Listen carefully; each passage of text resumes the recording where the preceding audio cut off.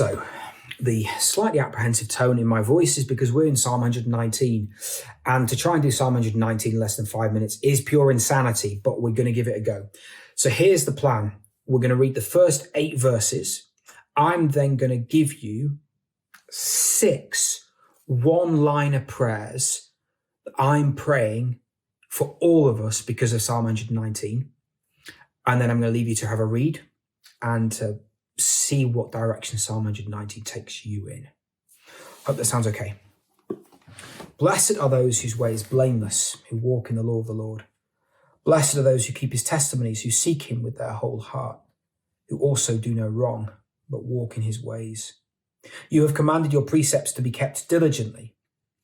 Oh, that my ways may be steadfast in keeping your statutes. Then I shall not be put to shame, having my eyes fixed on all your commandments. I will praise you with an upright heart when I learn your righteous rules.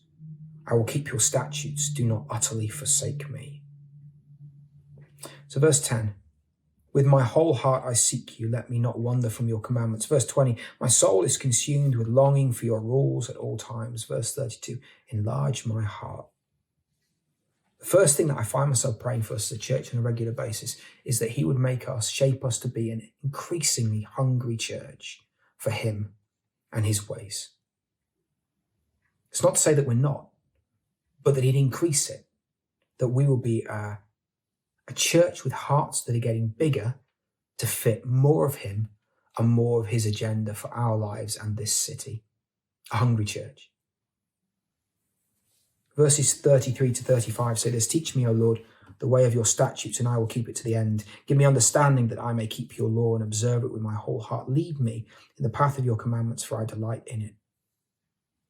The second thing I find myself praying on a regular basis for myself and for us as a church is, our prayers of submission. That the Lord would help us to lay down our desire to be in control and our desire to lead, and instead give to us humble and submissive hearts that are open to his teaching and his leadership at all times. Lord, lead us. Verse 41, let your steadfast love come to me, O Lord.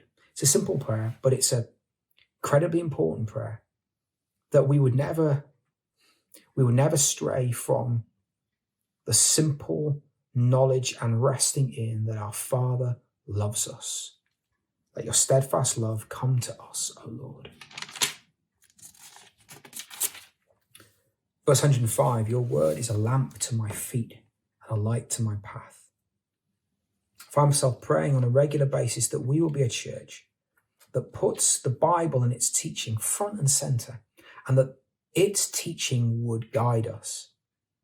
That we would have a growing desire to study and immerse ourselves in the words of the scriptures so that we can be Bible shaped.